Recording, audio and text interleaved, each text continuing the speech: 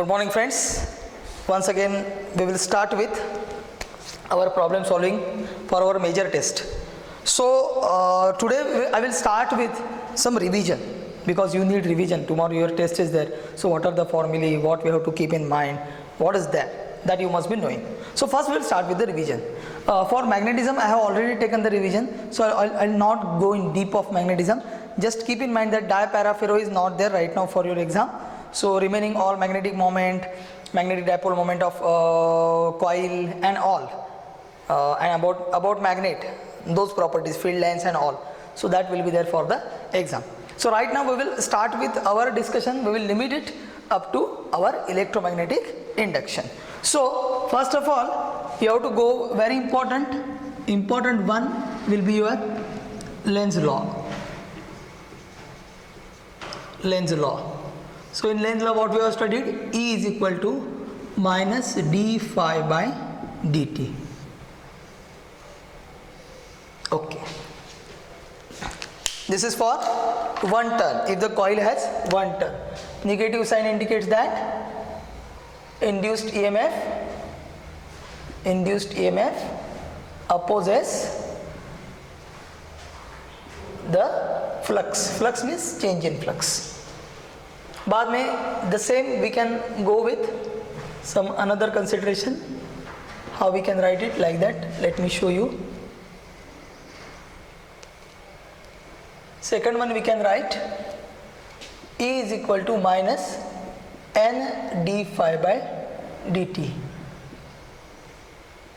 If coil has n turns, so n will be number of turns. Okay, this will be there. Now, when the Lenz law is considered, what will happen? Flux, different formulae for flux.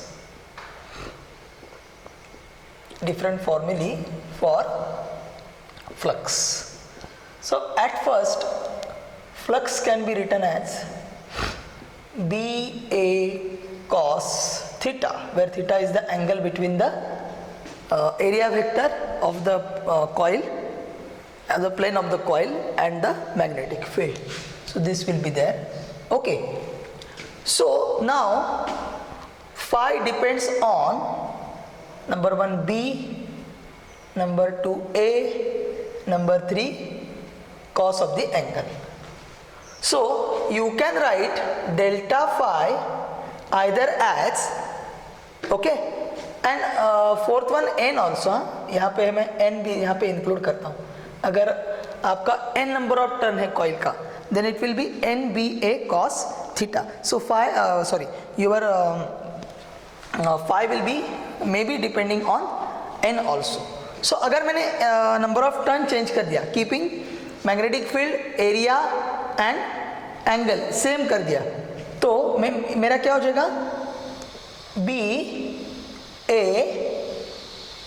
into n2 minus n1 into cos theta.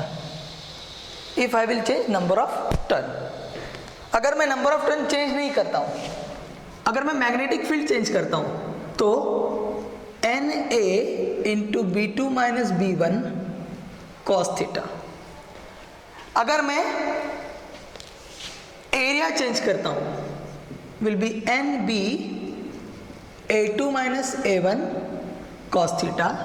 तो इसको number 1 बोलता हूँ, number 2, number 3 will be this, and number 4 if I'll change the angle, so then delta phi will be my NBA cos theta 2 minus cos theta 1, just the difference between them.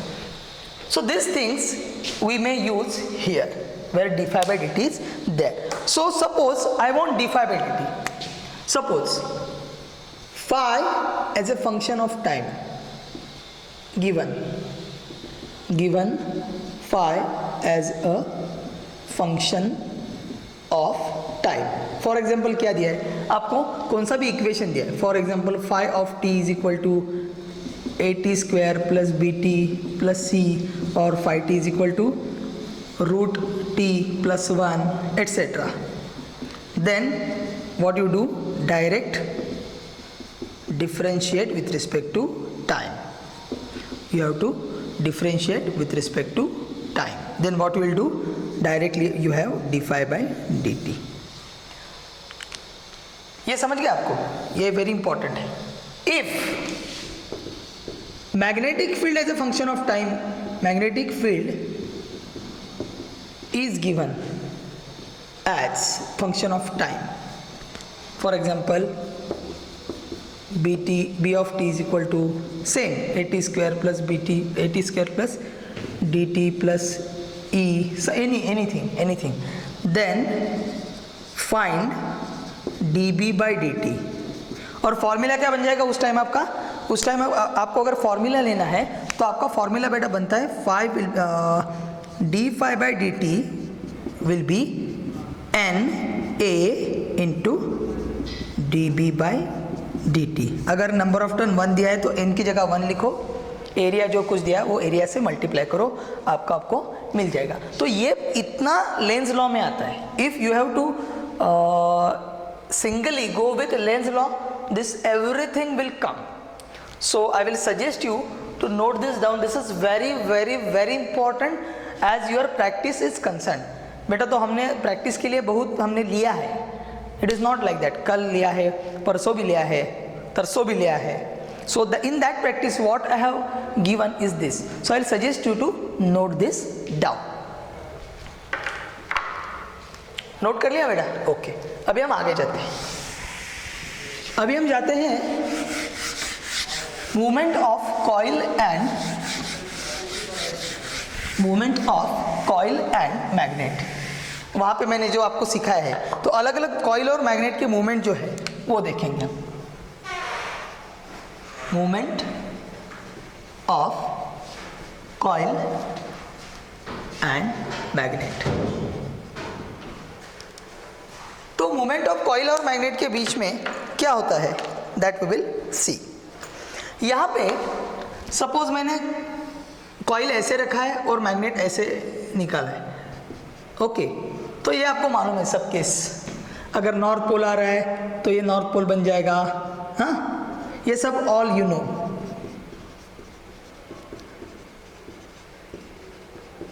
Cases 4 आएगा, clockwise anti clockwise जो कुछ आता है ये मैं नहीं आपको बताने वाला. सपोज मैंने ऐसा कॉइल रखा है और north pole rapidly coming down. तो यहां पे north pole will be, acceleration of the north pole will be g. Okay, magnet falling freely, इसको बोलता हूं मैं magnet is falling freely. Magnet freely fall कर रहा है. तो यहाँ पे नॉर्थ पोल बन जाएगा, यहाँ पे नॉर्थ पोल मतलब यहाँ पे करंट ऐसे आ जाएगा कॉइल में. और due to that coil will apply force on magnet. Coil will apply force on magnet. So यहाँ पे G मैग्नेट का effective acceleration G minus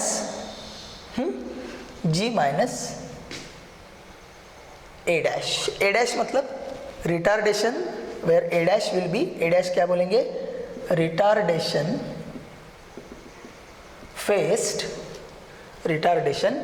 faced due to force from coil. तो ये इंपॉर्टेंट आपको याद में रखना है. इस चीज़ पे आपको बहुत सारे क्वेश्चंस आते हैं. So that was about the energy conservation using the Lenz law. अभी हम आगे जाते हैं, थोड़ा सा आगे का थोड़ा सा ये लेते हैं उसका. तो अगर आपको सेल्फ और म्यूचुअल इंडक्टेंस लिखना है तो डायरेक्टली आप लिख सकते हो. 2 फॉर्मूले आपके पास. कौन सा 2 फॉर्मूले हैं हमने आपको बताया है. तो सेल्फ इंडक्टेंस, तो क्या करो सेल्फ इंडक्टेंस का E is equal to L di by dt. Okay, minus of course. So L will be minus E into di by dt. यहाँ पे E होगा आपका induced EMF and di by dt the rate at which the charge is current is changing. Now mutual inductance, mutual inductance में आपका same E is equal to M D I by D T. So M कितना बन जाएगा आपका E upon D I by D T. लेकिन यहां पे आपको एक चीज कंसिडर करनी होगी. फॉर टू कॉइल्स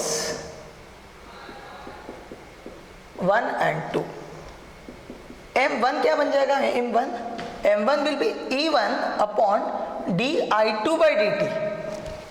क्योंकि दूसरे कॉइल में जो चेंज हो रहा है करंट, उसकी वजह से उसका फ्लक्स चेंज हो जाएगा, और उसका फ्लक्स चेंज हो जाने से कॉइल 1 में EMF इंड्यूस्ड होगा. तो वो mutual inductance that solely depend on whatever the current changing in coil 2. तो ये इंपॉर्टेंट है, एकदम इंपॉर्टेंट है, आपको लिख के लेना है. सेकेंड चीज, सेकेंडली हम क्या कंसिडर करेंगे, सेकेंड में M2 अगर लिखना है आपको तो कितना बन जाएगा, E2 upon di1 by dt. Similar. तो ये आपको ध्यान में रखना है, दिस इज वेरी इंपॉर्टेंट. ये म्यूचुअल इंडक्टेंस में आपको ध्यान में रखना है. और इंपॉर्टेंट क्या है, solenoid. Second plane coil, solenoid plane coil, उसका आपको फॉर्मुलेशन याद में रखना है. अभी मैं आपको देता नहीं हूँ, मेरे पास टाइम बहुत कम है, इसके चलते मैंने आपको ऑलरेडी दिया है सोलेनॉइड और प्लेन कॉइल का भी दिया है. So that you have to keep in mind. Okay, now will go for last thing, last but not the list, that is called as your transformer. तो अभी हम ट्रांसफॉर्मर की तरफ जाते हैं. ट्रांसफॉर्मर मैंने आपको क्या बताया, ट्रांसफॉर्मर इसी में लेते हैं क्योंकि if you go for CET, in CET your electromagnetic induction and alternating current, that is only one chapter for CET. So while focusing on the CET questions you will focus combinedly, but if you have to go for JEE or our CBSE, there are two chapters, separate chapters. First is electromagnetic induction and second is alternate current. So you have to study in different way. लेकिन right now I have taken transformer in this only. Okay, so transformer में कितना है, EP, ES, NP, NS, IP, IS. Okay, ये voltage, secondary voltage, primary, number of turns, secondary, ये क्या बन जाएगा, number of turns, primary, current, sorry, अरे बाप रे, इसको मैं उल्टा कर दिया, ये प्राइमरी हो जाएगा, ये सेकेंडरी, इसको बोलेंगे प्राइमरी, इसको बोलेंगे सेकेंडरी, इसको भी बोलेंगे प्राइमरी, इसको बोलेंगे सेकेंडरी. तो ये बन गया मेरा फॉर्मुलेशन. तो आपको एक ही बात याद में रखना है, ES upon EP will be equal to NS upon NP will be equal to IP upon IS. बस, वेरी इंपॉर्टेंट रिलेशन, VIMP करो इसको. ये अगर आपने याद रखा तो there will be very,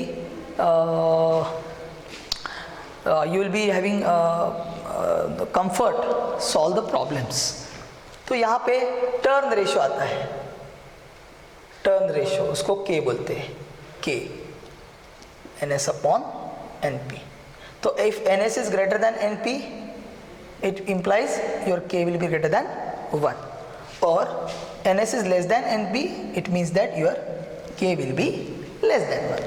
In this way we can formulate the things about the transformer. So in this way we have taken the overview of the practice, what you have to do, what are the formulae for your electromagnetic induction. Now open the sheet which I have shared with you today, and in that sheet you the problems you try to solve. Okay, so we'll go for the problems, actual problems. Okay, so actual problems में एक problem हम अभी लेते हैं. Okay,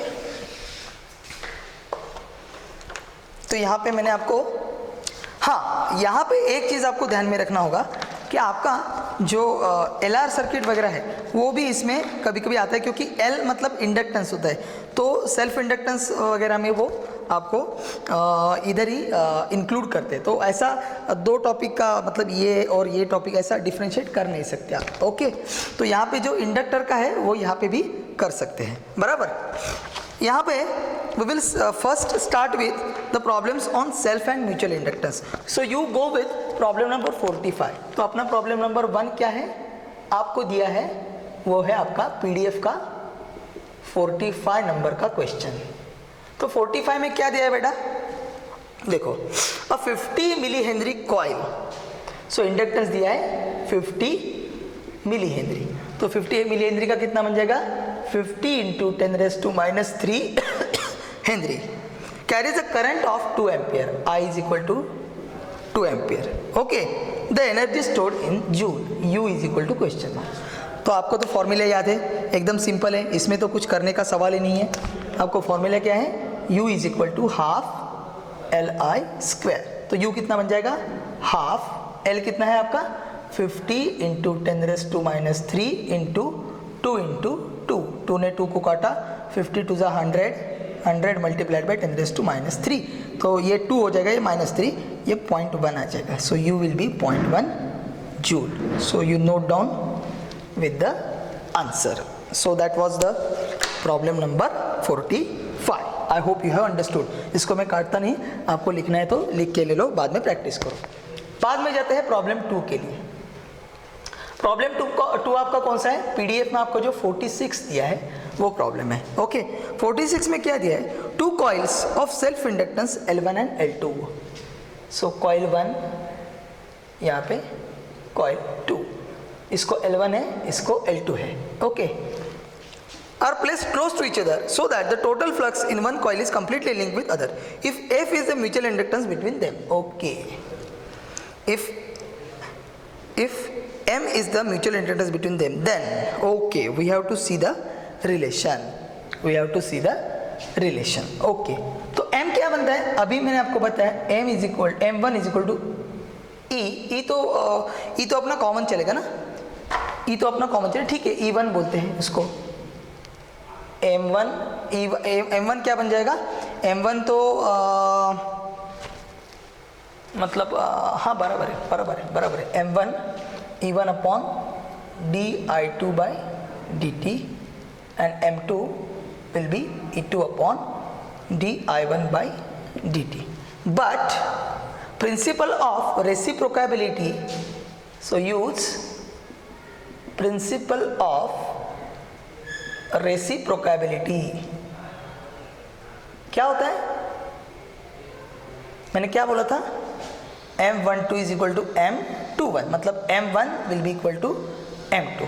तो ये कितना बन जाएगा, E1 upon dI2 by dt will be equal to E2 upon dI1 by dt, बराबर। तो will be equal to M। तो अभी M आपको उन्होंने क्या दिया है, M उन्होंने ऑप्शन दिया है, यहाँ पे रूट है, प्रोडक्ट है। तो यहाँ पे अगर आपने E1 लिखा, अगर E1, हाँ, तो E1 कैसे बन जाएगा, E1 will be L1 dI1 by dt, बराबर। तो ये कितना बन जाएगा, L1 dI1 बाई dt। नहीं तो, और dI2 बाई dt कैसे लिख सकते हो, dI2 by dt E2 is equal to L2 dI2 by dt। तो ये क्या बन जाएगा आपका, dI1 बाई dt बन जाएगा E1 अपॉन L1, बराबर, E1 अपॉन L1। तो यहाँ पे क्या बन जाएगा, देखो, dI2 बाई dt अगर मैंने लिया, ये बन जाएगा पूरा आपका E2 अपॉन L2, और E2 को आपने अगर किया तो वो अगर एडजस्ट किया आपने, तो it comes your option root of L1 L2। अगर आपने डायरेक्टली भी याद रखा तो भी कुछ प्रॉब्लम नहीं, दिस इज द डायरेक्ट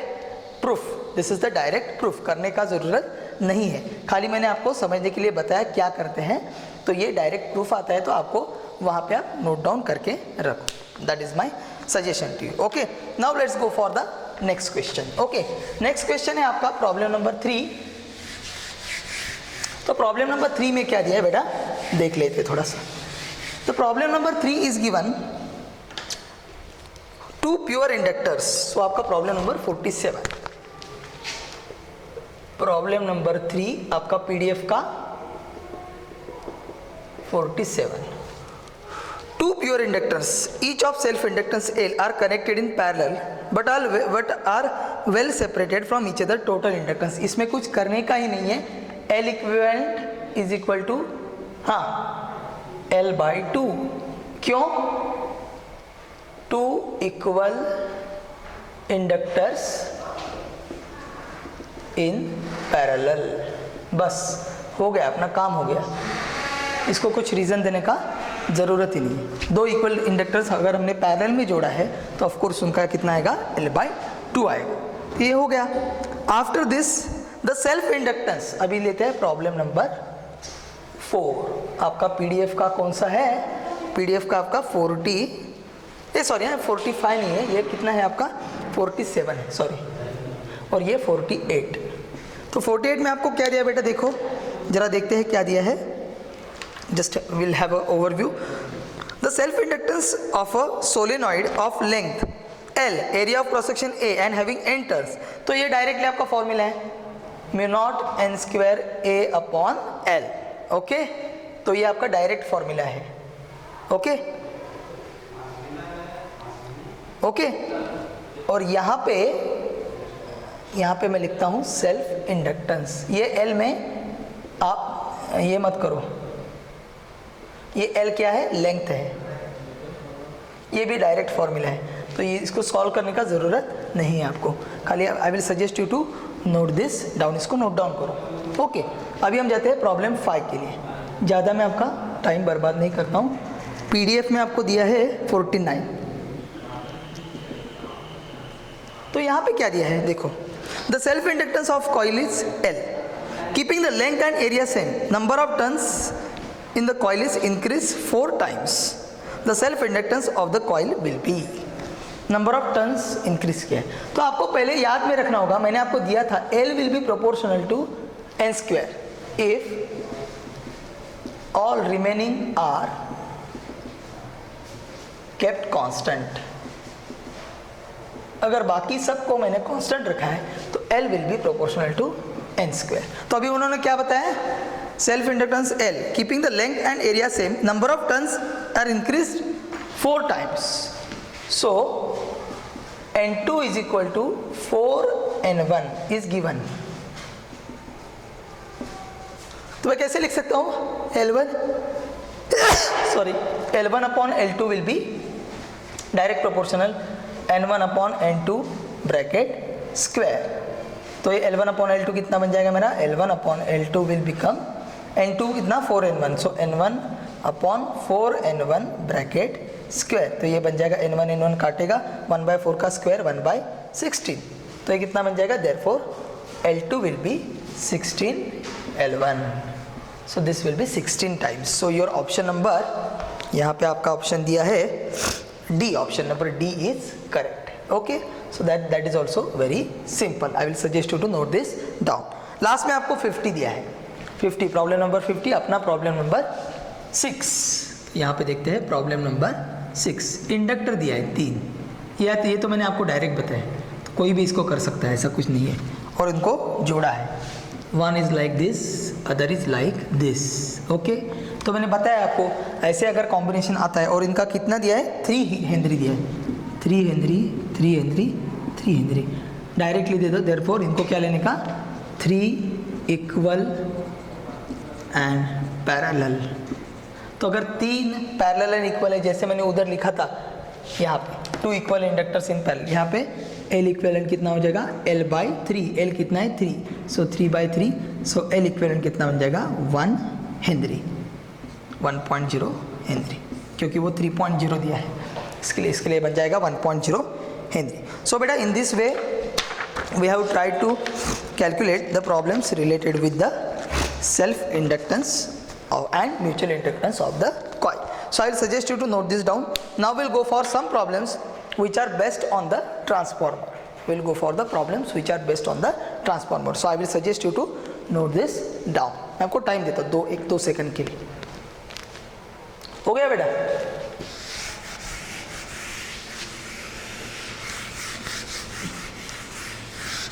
आपको नोट डाउन मतलब जस्ट पॉज करके उसको लिख के लेना, अभी बताने का ज़रूरत नहीं है. You all are habitual for it. Okay, कोई एक काम अगर हम 2-3 महीना उससे भी ज़्यादा टाइम के लिए करते तो we are habitual for that work, so that is not a big problem. Okay, we are also habitual now for video preparation. We think that all of you are there in front of अस.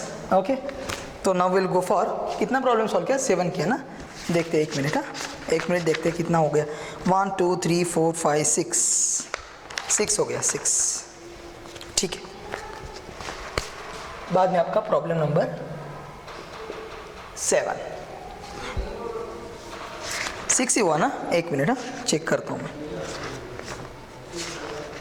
कल का problem I hope आपने solve किया होगा सब जो मैंने दिखा था.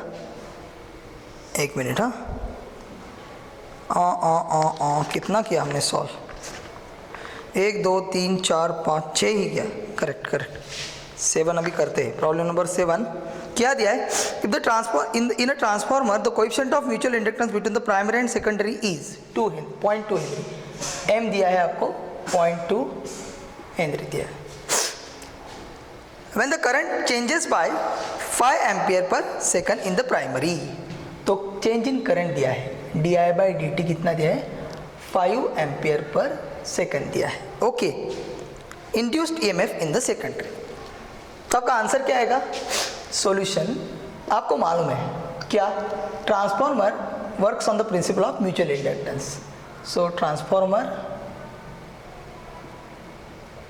Works on mutual inductance. Simple है एकदम, आप कर सकते हो. अभी मेरे को बताने का ज़रूरत ही नहीं है. Therefore E is equal to M di/dt. तो E कितना बन जाएगा? M दिया है 0.2 into 5, so it will be 1 volt. Therefore EMF induced, उन्होंने पूछा क्या पूछा है? EMF induced in the secondary. Correct, this is EMF induced in the secondary. तो ये हो गया अपना problem number 7. I will suggest you to note this down. Okay, अभी हम जाते हैं प्रॉब्लम नंबर 8 के लिए. प्रॉब्लम 8 में आपको क्या बताया देखो. हाँ, ये आपका पीडीएफ का कितने नंबर का है? पीडीएफ का ये 77 नंबर का है ये, और ये आपका है PDF 78. What is increased in step down transformer? Voltage, current, power, current density. Step down. तो step down में क्या होता है? सेकेंडरी का वोल्टेज होता है वो प्राइमरी से कम होता है. सेकेंडरी का वोल्टेज प्राइमरी से कम होता है. तो अगर मैंने आपको फॉर्मूला दिया है ES/EP is equal to NS/NP is equal to IP/IS. तो अगर ES is less than EP, तो my IP will also be less than IS. That is IS will be more. So आपका ऑप्शन क्या आएगा? Current will increase. सो 78 का option आपका आएगा option B आएगा. Okay, so I will suggest you to note this down. अभी हम जाते हैं इसी में, मैंने आपको पहले दिया है जो प्रॉब्लम्स, उसमें जाते हैं. बराबर, तो उसमें क्या करो? 58 59 दैट इज PDF 58 59. ये है आपका ट्रांजिएंट सर्किट जो होता है ना, उसमें होता है. ओके, तो वहाँ पे आपको ये जो होता है ना, I is equal to I0 into 1 minus e raised to minus RT upon L. तो don't solve for empty practice. यहाँ पे मैंने नहीं डाला ये, क्योंकि ये जो थोड़ा है ये थोड़ा खाली only for JEE advance it is coming. Transient circuit कभी कभी जेई मेंस में आता है, ज़्यादा से ज़्यादा जेई एडवांस को आता है. तो जिनको करना है वो पर्सनली मेरे को पूछ सकते हैं, I will be helping them. एक प्रॉब्लम हमने पिछली डाउट सेशन में भी सॉल्व किया है, ऐसा कुछ नहीं है। तो ये right now don't solve for empty practice, empty practice के लिए मत करो, बाद में अगर आपको अपने नॉलेज इंक्रीज करने के लिए करना है तो करो। मैं तो ट्रांजिएंट सर्किट आपको बाद में पढ़ाने वाला हूँ। थोड़ा सा इसका ओवरव्यू देता हूँ। क्या होता है, अपना जो करंट होता है ना, तो वो इंडक्टर में कैसे होता है, पहले ऐसे चेंज होता है, मतलब धीरे धीरे करंट चेंज हो जाएगा, क्योंकि जो उसको हम बैटरी जोड़ते हैं, कैपेसिटर जोड़ते हैं, whatever it is that, and once it is constant, क्या होता है, इंडक्टर स्टार्ट्स डिस्चार्जिंग। मतलब क्या होता है, इंडक्टर को अगर हम करंट चेंज करें तो इंडक्टर का ईएमएफ इंड्यूस हो जाएगा इंडक्टर में। Once EMF will be induced in the inductor, वो क्या हो जाएगा, वो जिसको हम जोड़ेंगे, आर को जोड़ेंगे, सी को जोड़ेंगे, अगर सी को जोड़ेंगे तो जो कैपेसिटर डिस्चार्ज हो गया वो फिर से चार्जिंग होना चालू हो जाएगा। मतलब जैसे हम एलसी ऑसिलेटर का सीखा था, we have seen about the LC oscillator. In that what we have seen, the capacitor first charge and it is connected to the inductor, बराबर। तो अभी अगर मैंने इंडक्टर को जोड़ा, then EMF will be induced in the inductor. If the EMF is induced in the inductor, what will happen? Inductor's EMF will be acting as a source for capacitor and capacitor will start charging. वैसे ही अगर LR circuit मैंने consider किया और वहाँ पे वो switch का दिखाते, पहले इधर किया उधर किया स्विच, तो इसमें क्या आएगा, LR, तो L को अगर आप DC बैटरी से जोड़ते हैं तो पहले क्या हो जाएगा, थोड़ा करंट इंक्रीज करेगा तो इंडक्टर में खुद का इंड्यूस्ड EMF हो जाएगा। तो voltage across inductor that will fluctuate, that will vary. पहले वो अलग था, अभी करंट चेंज होने के बाद उसको जो EMF इंड्यूस होगा, अगर आप बाकी का सर्किट निकालोगे तो voltage across inductor will act as a battery for the resistor, so then LR they will be parallel. Okay, are you getting my point? So for that sake we are studying this type of equations. So I will suggest not to just concentrate right now. If you are having any doubt, any query, you may feel free to ask me, there is no problem. Okay, तो अभी हम जाते हैं कौन से problem के लिए। Problem number यहाँ पे हमारा प्रॉब्लम नंबर 10 आपके लिए है, आप कौन सा कंसिडर करो, प्रॉब्लम नंबर 60, PDF 60।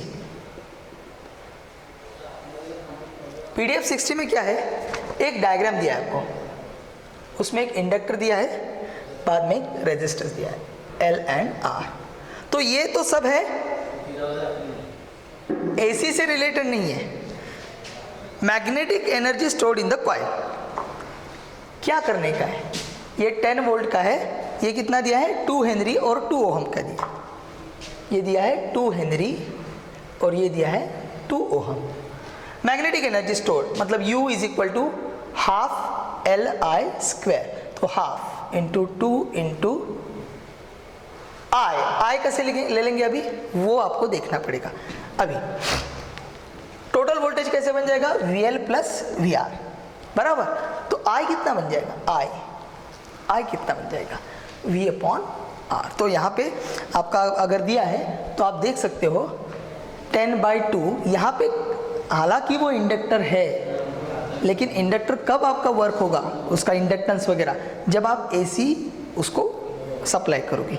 तो अभी AC तो सप्लाई नहीं किया है, तो एकदम माइन्यूट उसमें थोड़ा सा वोल्टेज आ सकता है, लेकिन we will skip that, directly whatever the current we will take, you have to take V upon R, नहीं V अपॉन Z नहीं लेने का, क्योंकि यहाँ पे मैंने DC उसको अप्लाई किया।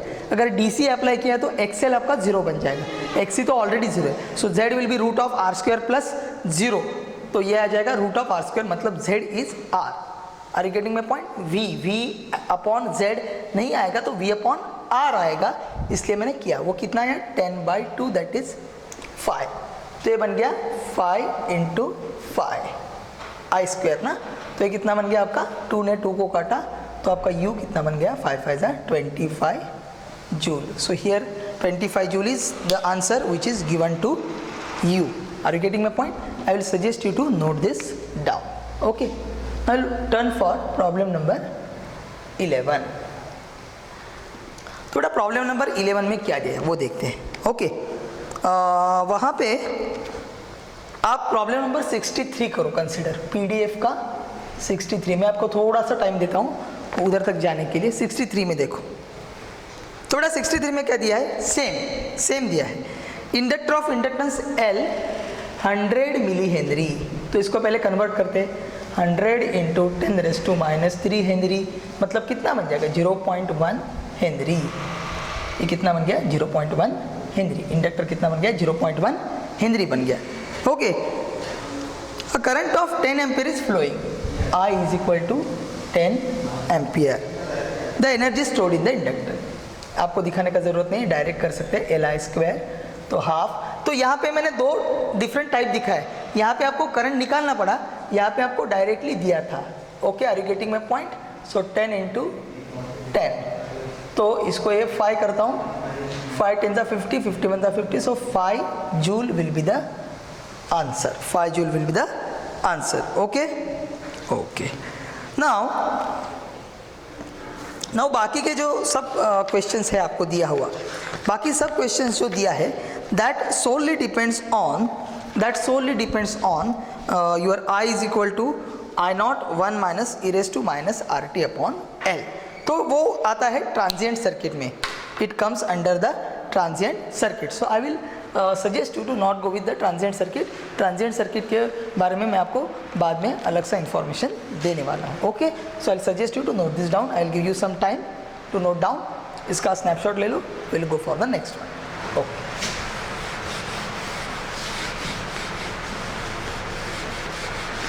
नाउ बेटा आपको मैंने यहाँ पे कल हमने डिस्कस किया था। ओके, कल तो हमने कहाँ तक डिस्कस किया था, आई थिंक मैंने आपको 20 तक डिस्कस किया था सर्कुलर रिंग का। तो कल का जो आपका शीट है, open that sheet, open sheet for 24 मतलब 23 July. Open the sheet which we discussed yesterday and day before, 2 दिन हमने किया। तो वो 23 XII 23 July like that something is there, PS like that it is there। तो उसको आप थोड़ा सा ओपन करो। उसमें लेंस लॉ का कुछ तो किया था ना, वो हमने आई थिंक वो किया है। ओके, हाँ, उसमें problem number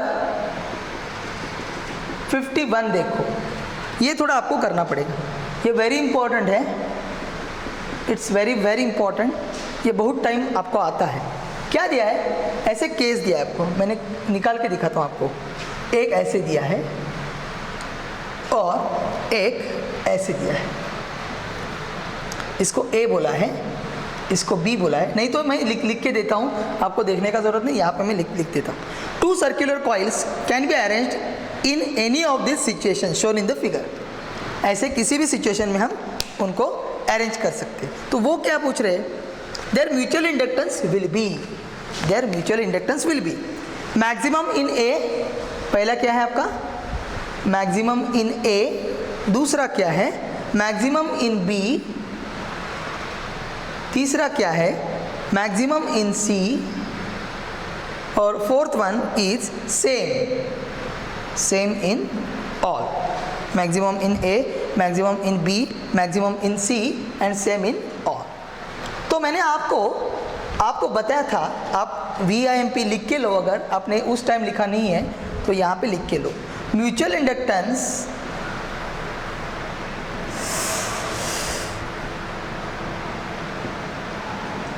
always depends on, mutual inductance always depends on, किस चीज पे डिपेंड करता है, the orientation of planes of coil. मतलब कॉइल एक दूसरे से कैसा ओरिएंट करते हैं, ओरिएंट मतलब अरेंजमेंट ऑफ द कॉइल्स। तो यहाँ पे जो आपको दिया है, ये जो दिया है आपको, इसमें ये वाला जो ओरिएंटेशन है, यहाँ पे क्या हो जाएगा, अगर एक्सिस ले लोगे तो एक ही एक्सिस उसके दरम्यान है, तो यहाँ पे उसका इंडक्टेंस ज़्यादा हो जाएगा। क्यों ज़्यादा हो जाएगा वो मैं आपको करके दिखाता हूँ। बेटा क्या होता है, यहाँ पे अगर होता है तो फ्लक्स चेंज ऐसे दिखा सकते हैं, है ना बेटा। अगर यहाँ से दिखाई आपको देना है तो फ्लक्स चेंज ऐसे हो जाएगा। यहाँ पे क्या मिलेगा, इसको खाली ऐसे मिलेगा, है ना बेटा। ये जो मैग्नेटिक फील्ड मैं निकाल के दिखा रहा हूँ, है ना बेटा, और यहाँ पे तो ऐसे जाएगा। तो यहाँ पे जो magnetic field faced front to front, that will be always better. Magnetic field whatever the coil has faced front to front, that will be always better than all. तो इस केस में ये आपका हो जाएगा maximum in A, maximum, it will be maximum in A. So that's all, will go for the next problem. Okay बेटा,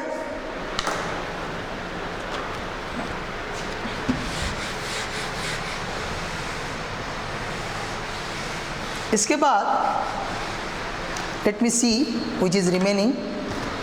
कुछ अगर रिमेनिंग है तो मैं आपको देता हूँ। ओके, ये हो गया है, ठीक है। So I think it's over everything about this. And हाँ, कुछ प्रॉब्लम है जो आपको मैं डायरेक्टली नोट डाउन करने के लिए बोलता हूँ। एक है unit of magnetic flux.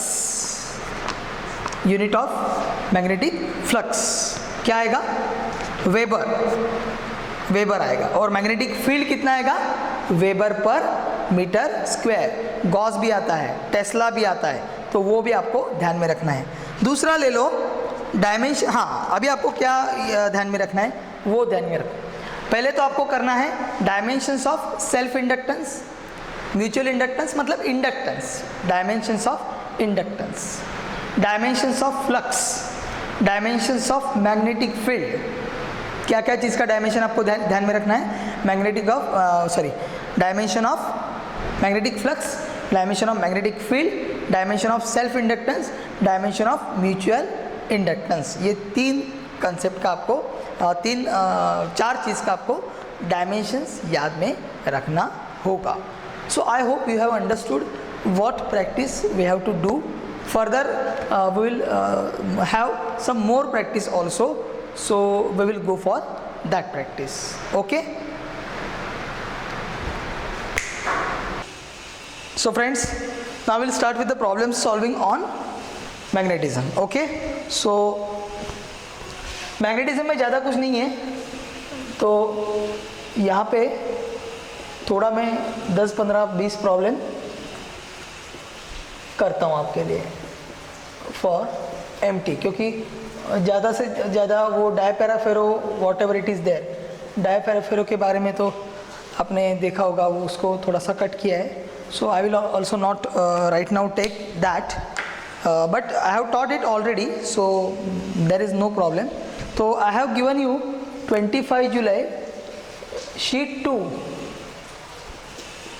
Open this sheet PDF. तो इसमें कुछ कुछ प्रॉब्लम मैंने दिया है.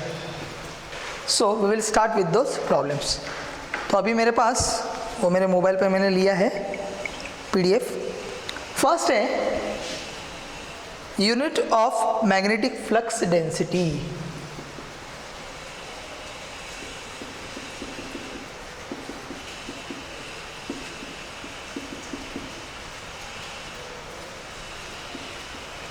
तो मैग्नेटिक फ्लक्स डेंसिटी के लिए आपको क्या दिया है, tesla, weber per meter square, बाद में दिया है आपको newton per ampere meter and all of the above. तो एक बार आपको अगर मैग्नेटिक फ्लक्स डेंसिटी देते हैं तो meaning of magnetic flux density आपको कंसिडर करना होता है. ये आपका मैग्नेटिक फ्लक्स डेंसिटी मतलब मैग्नेटिक फील्ड लेना है, मैग्नेटिक फील्ड ही लेना है. तो ये unit all of the above आएगा. टेस्ला तो है ही, weber per meter square, phi is equal to B A, तो B is equal to phi upon A. Phi किस में मेजर करते हैं, वेबर में, एरिया मीटर स्क्वायर, तो ये भी हुआ. Newton per ampere meter, m is equal to NIA, बराबर, m is equal to NIA, ये आपका मैग्नेटिक डायपोल मोमेंट के लिए करते हैं। Are you getting my point? And then depending on that force लिखते हैं mu naught upon 4 pi m upon R square. तो यहाँ से जो m है m अपॉन आर स्क्वायर, तो यहाँ से जो m है, तो यहाँ ये f जो होता है तो आपका b निकालते हैं, b भी निकालते हैं b, तो शॉर्ट डायपोल के लिए जो निकालते हैं वो शॉर्ट डायपोल के लिए आपका न्यूटन पर एम्पियर मीटर भी आता है। So for here all of the answers will be correct. Let's go for the next problem. Okay, next problem में क्या दिया आपको, एक minute, let me open that. Next problem में दिया है आपको, magnet is placed in iron powder and then taken out, then maximum iron powder is at. Magnet को मैंने अगर आयरन पाउडर में सेट किया तो मैक्सिमम आयरन पाउडर कहाँ रहेगा, तो ये तो आपको मालूम है, लेकिन मेरा जिम्मेदारी बनता है आपको बताने का। ये नॉर्थ एंड साउथ है, तो field lines are gathered towards the north pole and south pole, means here they are going out, okay, here they are coming in, बराबर। तो यहाँ पे बेटा, यहाँ पे ये पोर्शन है और ये पोर्शन, यहाँ पे फील्ड इंटेंसिटी उसको बोलते हैं, फील्ड इंटेंसिटी इज मैक्सिमम। ये दोनों के लिए, ये पॉइंट और ये पॉइंट में फील्ड इंटेंसिटी मैक्सिमम रहेगा। तो यहाँ पे जो ऑप्शन है at the end of the magnet, that will be correct. So we will go for the next problem. यहाँ पे नंबर 3, यहाँ पे ही दिखाता हूँ आपको। 3 में क्या दिया बेटा, देखो आपको 3 में दिया था magnetic moment m and pole strength m is cut into 2 equal parts along the axis of the magnet.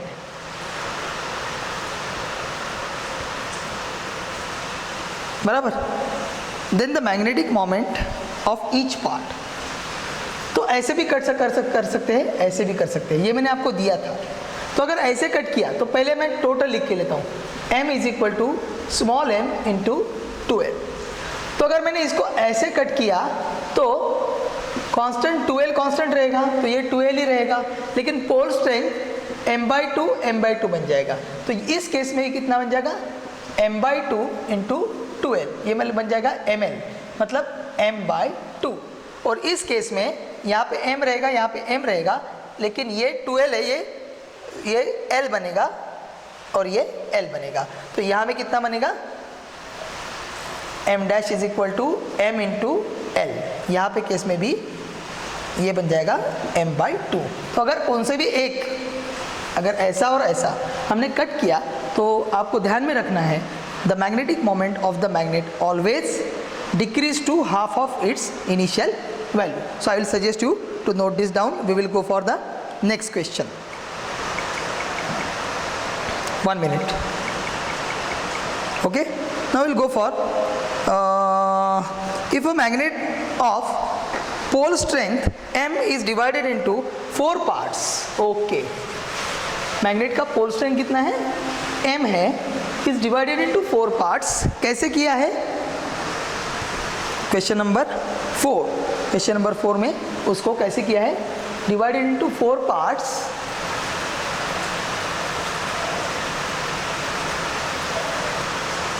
हाँ, such that the length and width of each part is half of initial one. Length and width of each part. Suppose इस length को मैं L बोलता हूँ और ये width को बोलता हूँ W। तो यहाँ पे width मैग्नेटिक मोमेंट है, pole strength will be proportional to width and magnetic length will be proportional to L। तो पहले इसका मैग्नेटिक मोमेंट निकाल के लेते हैं, स्मॉल m इंटू यहाँ पे L लिया है, यहाँ पे L लेता हूँ। अगर ये मैंने 2L, इसको यहाँ पे 2L लिखा तो यहाँ पे 2L लिखूंगा, लेकिन मैंने यहाँ पे L लिखा है तो यहाँ पे, हाँ, तो ये क्या बन जाएगा, pole strength multiplied by magnetic length. अभी क्या बोला है, width such that width of each part is half that of the initial and pole strength of each part will be, हाँ और पोल स्ट्रेंथ पूछा है, तो विड्थ मैंने 4 पार्ट कंसिडर किया, विड्थ हाफ किया है, तो मतलब मैंने इसको ऐसे किया, ये जो है इसका मैंने 4 पार्ट बनाया,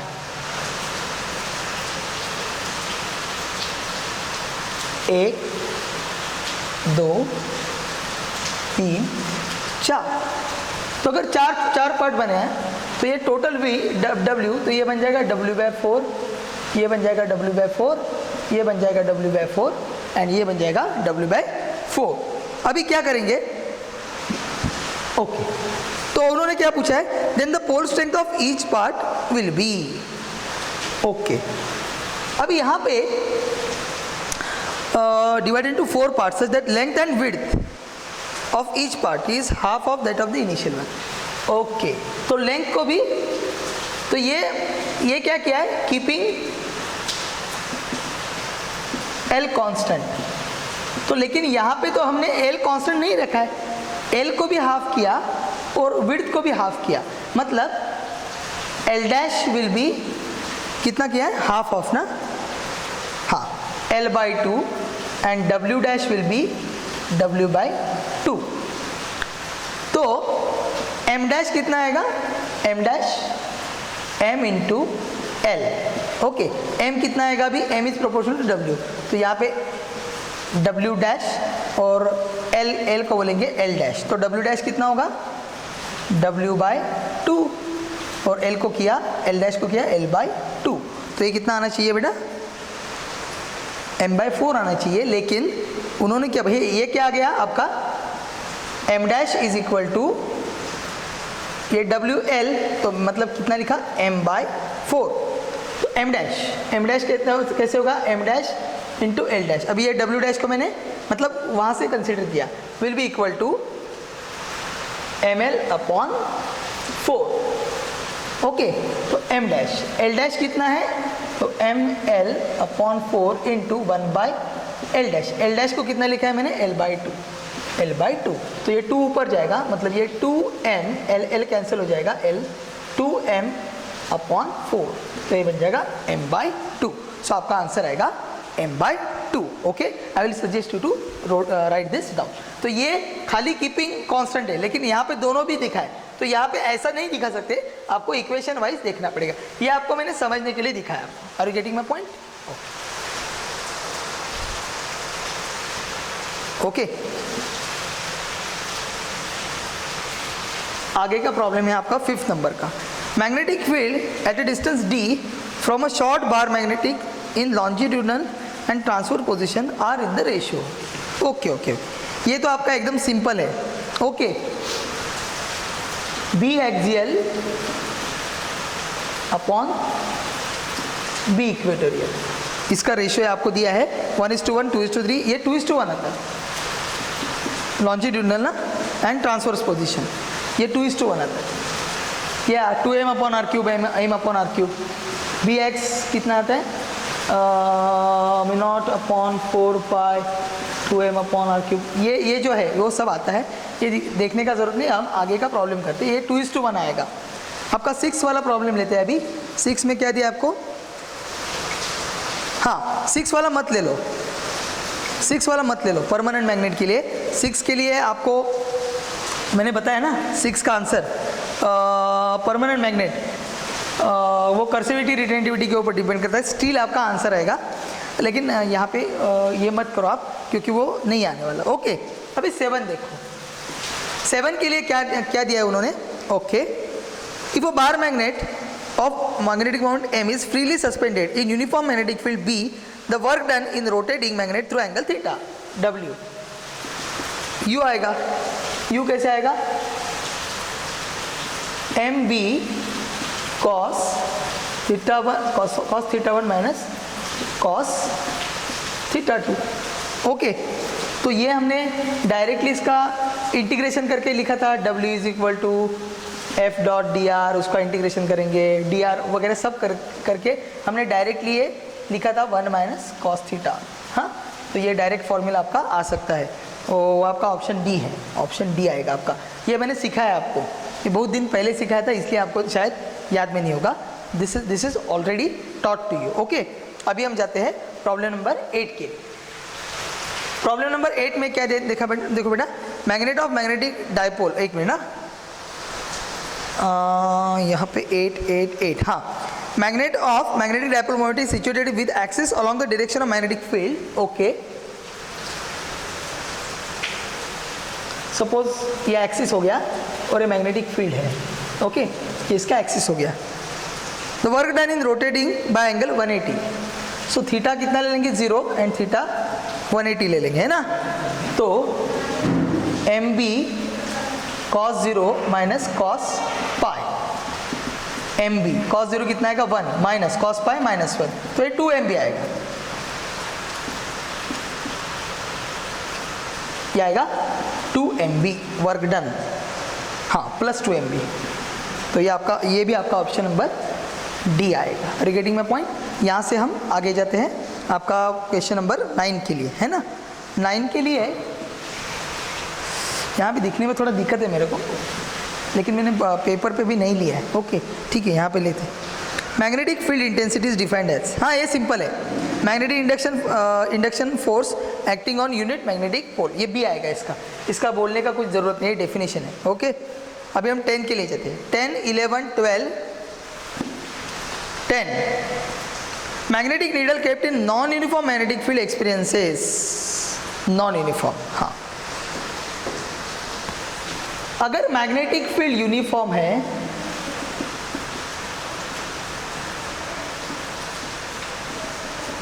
यूनिफॉर्म और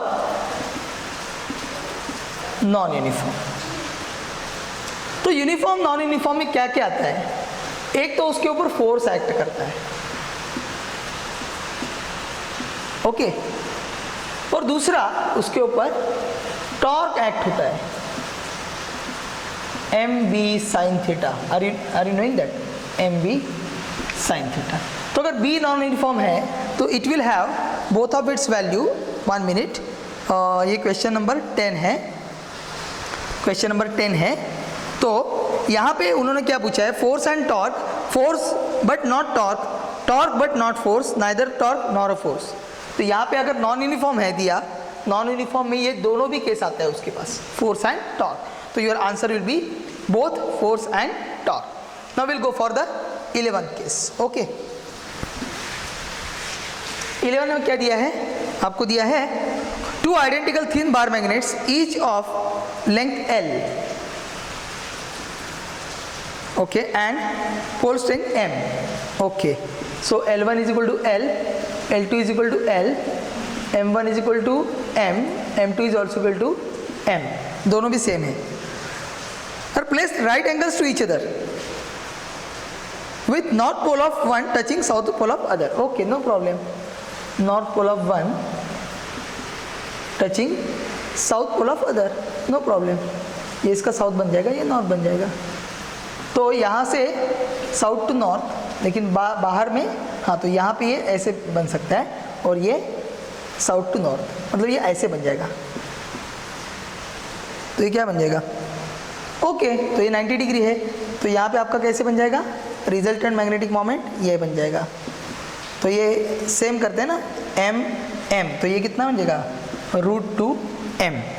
ओके, और m का मतलब क्या है? m इंटू एल और m इंटू 2l, कैसे भी लिख सकते हैं। यहाँ पे उन्होंने m इंटू एल लिया है, इसीलिए उन्होंने लिखा है √2ml। तो आपका आंसर आएगा √2ml, ऑप्शन नंबर सी आएगा। If you are having any doubt, you may feel free to ask me. अभी जाते हैं 12th and 13th के लिए। उसमें 12th क्या दिया है देखो बेटा। ओके, 12th में दिया है what happens to the force between the magnetic poles when their pole strength and distance between them are both doubled. What happens to the force between the magnetic poles? Okay, तो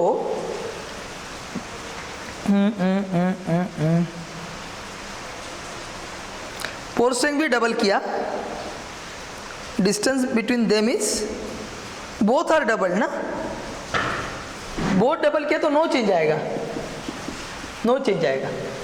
ये formula से भी आप derive कर सकते हैं। Okay, formula से भी डिराइव कर सकते हैं, क्योंकि m कितना आता है आपका, m इंटू एल और 2mn मतलब 2a, ये भी डबल किया, ये भी डबल, ये 4 बन जाएगा।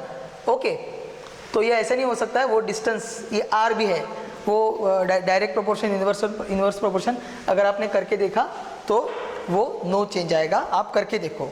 If you are not having not getting the answer, you feel free to ask me, I will give you the idea. Okay, अभी लास्ट में हम 13 को जाते हैं। 13 में क्या दिया, the work done in turning a magnet of magnetic moment m bye angle 90 degree from meridian is n times for the corresponding work done to turn it through an angle of 60 degree when n gives. Okay, so work done W1